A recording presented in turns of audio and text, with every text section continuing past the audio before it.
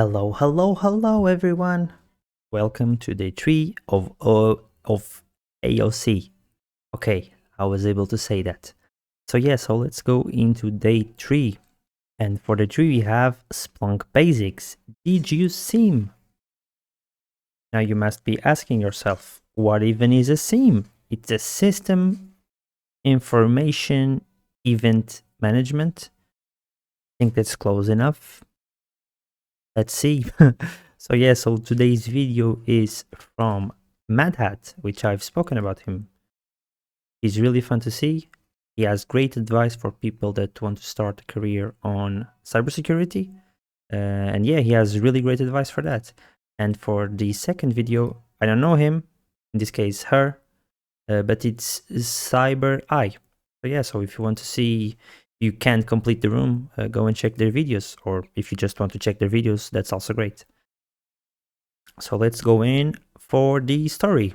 Okay, so the gist of the story is we have a ransomware attack. The SOC room wasn't able to see what was going on. SOC is a security operations center, basically the control room of every company that has a dedicated team for it. And they're going to use Splunk, which is a SIEM.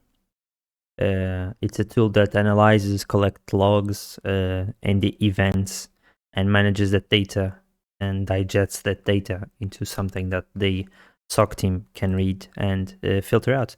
So they want to see how the ransomware infiltrated the system. So you don't need the attack box. You only need the VM, so the target machine. And you click check. Hooray!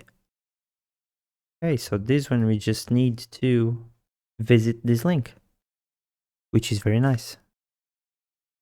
So yeah, while that loads, let's try and take a look at this. Okay, so the app finally loaded. I was reading into the challenge a little bit more, see which questions we have to answer. And yeah, so let's go back to the top. So if you read this, they already pre-ingested data into the Splunk dashboard so that we can investigate it. And they tell us to start by the search and reporting tab. So yeah, so once you go here, you can, well, search stuff. That was an easy one to understand. So they tell us to search index main, but it's not last 24 hours, it's all time. Yeah, it's not that all time, it's this all time. Okay, we have some data. So they tell us here that we have two separate data sets. Data sets are basically data aggregated. And these two data aggregations that we have are from web traffic and firewall logs. So yeah, so things that happen on the web and things that hit our firewall or our firewall reacts. Well, yeah, that's complicated. So let's simplify.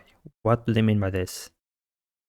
Yeah, so they explain it here a little bit more if you want to understand what these data sources are. Okay, so now they want to filter for index main and for source type web traffic. Very nice. So we only selected the source type web traffic, which you can see here. We only have one selected. So now I'm going to read this with care, not to happen like last time, which I didn't know was the factory user. So yeah, so I'm going to read this and I'll be back in a second. So yeah, so once you read all this, let's go into visualizing the logs timeline. And they basically want to tighten the information that we see and filter it to only show 1 day, I think. Yeah, so filtering it by, not filtering, sorting it by day. Yeah, so once we go to visualization, we can see it better and we can see that we had more events on certain days, especially Sunday, October 12th. Yeah, so we can tighten even more our search query, get more precise data. On statistics, they say, yeah.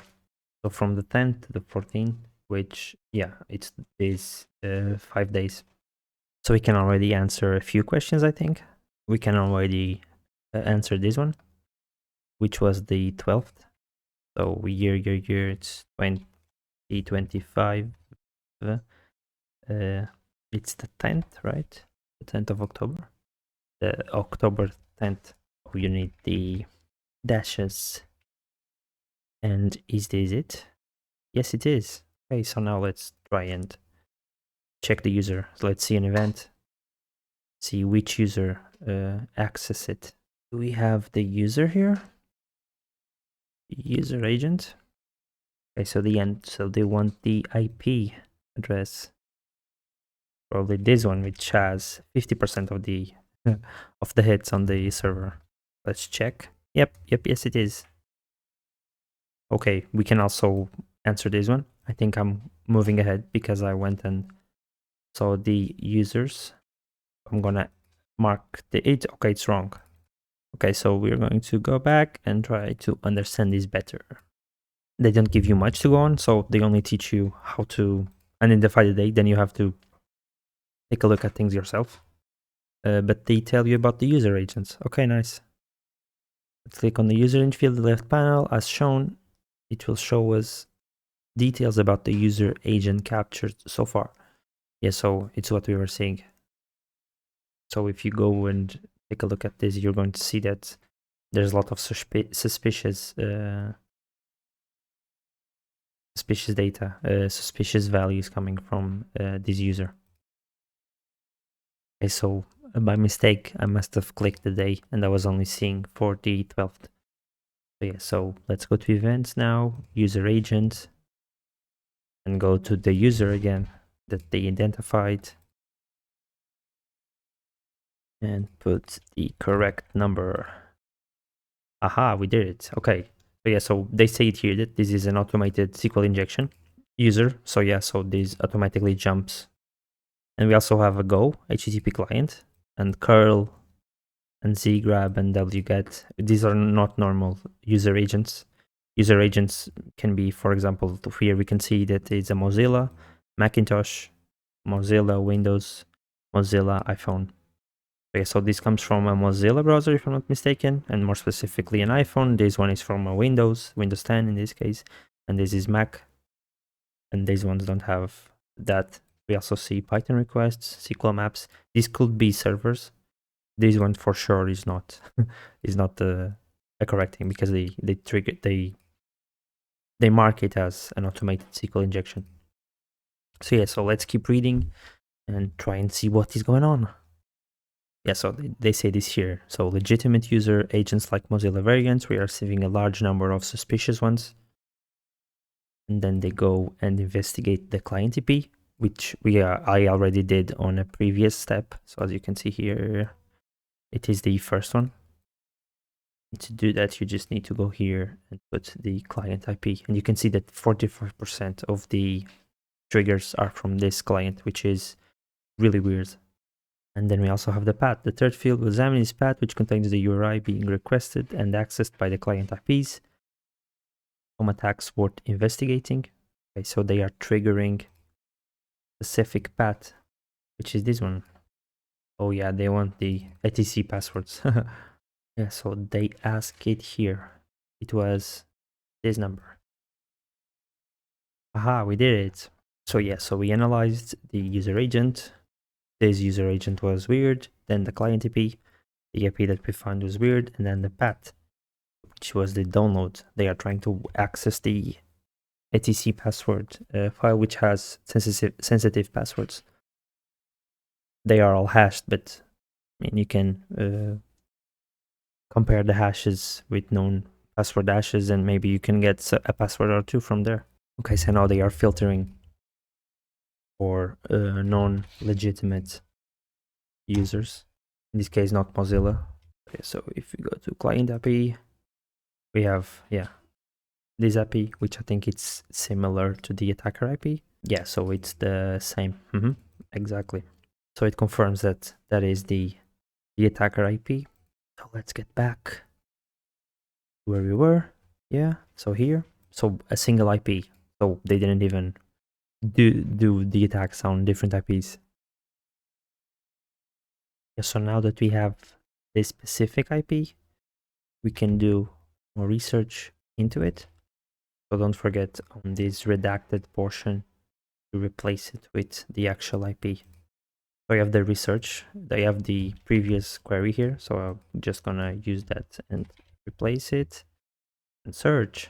Yeah, so they explain it here that the user used curl and wget, which are command line tools, to ping web servers. They also used Go, which is a programming language, zgrab, and I thought that I saw some Python also. But yeah, so they use different tools to try and access different files, git configs, php info, .env, which are all files with sensitive data. So now I want to search for common path traversal and open redirect vulnerabilities. So they are trying to target more specific vulnerabilities. I'm going to do this just to be able to copy the IP, and I'm going to remove this now. Yeah, so we have more data. Now we are looking more specifically for path transversal, which is a technique used by attackers to try and navigate the folder system of the machine that you are trying to attack. In this case, they were trying to get passwords. Yeah, so this is what they explain. Okay, I was just checking the questions again to see if anything escaped us, but no, we are still on track. So yeah, so we were checking this. Okay, yeah, we saw that they were trying to do path transversal. Yeah, so now they want us to find the automated attack tool. I'm gonna copy this section because it's the different part. Yeah, so they try to do time-based SQL injections, which is probably out of scope for this specific room, but this is an attack vector that sometimes they use. And you know it was successful when you received the 504 status code. So in a high level analysis of this, what they try to do is they try to pass SQL code into the query. This is the SQL code that they try to pass in the query to try and get a response and see if they can do something more with that. So yeah, so now we can see that they tried to download large log files. Yeah, so they see it here that they were trying to exfiltrate large chunks of compressed log files. Exfiltrating is just getting the files and getting them to your computer. So yeah, more simply. Okay, so this part seems more fun. Why fun, you ask? Because they were able to put a reverse shell into the web server, and they explain it probably better than me here. But yeah, so basically they were able to put a shell on the server, and with this shell they can then use a reverse shell to get access to that machine and execute code. So yeah, this is called more specifically remote code execution.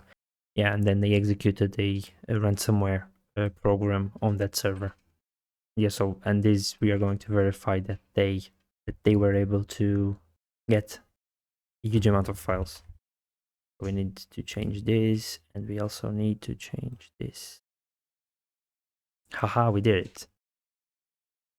Yes, so they explain it here that they were able to establish an outbound connection, which means that there is outbound traffic, so traffic going their way.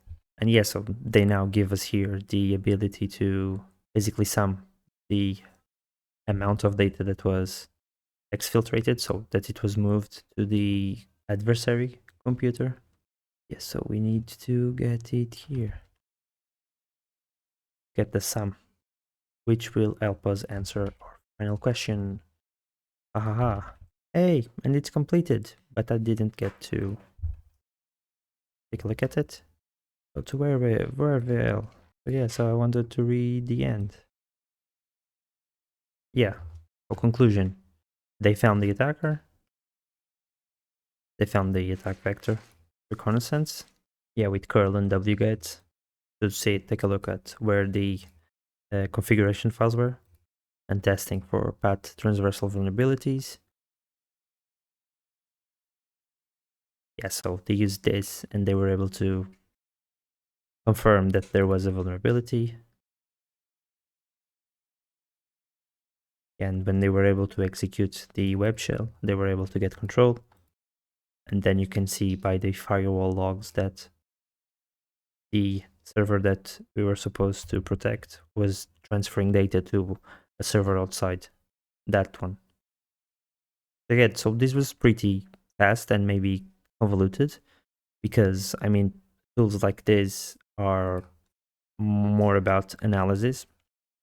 So, I mean, you can say that it's not exactly cybersecurity because it maybe doesn't feel like cybersecurity. You're analyzing data, and analyzing data can be applied to other fields, but in this specific use case, you need to know what you are looking for, why you are looking for. So it's data analysis plus specific field knowledge that you must have to identify the attack vector, why this wget, zgrab, curl, etc. looks different than a Mozilla, and what they were trying to do here. So path traversal. So yeah, so identifying these tiny little things can make the difference when using SIEM tools, because they aggregate data, but then you need to have the eyes to try and identify. So yeah, so I'm gonna be honest, this is not my favorite fields of cybersecurity, but it's also good to know, and maybe for some of you it is. So yeah, so I hope you liked it, and I'll see you in the next dimension.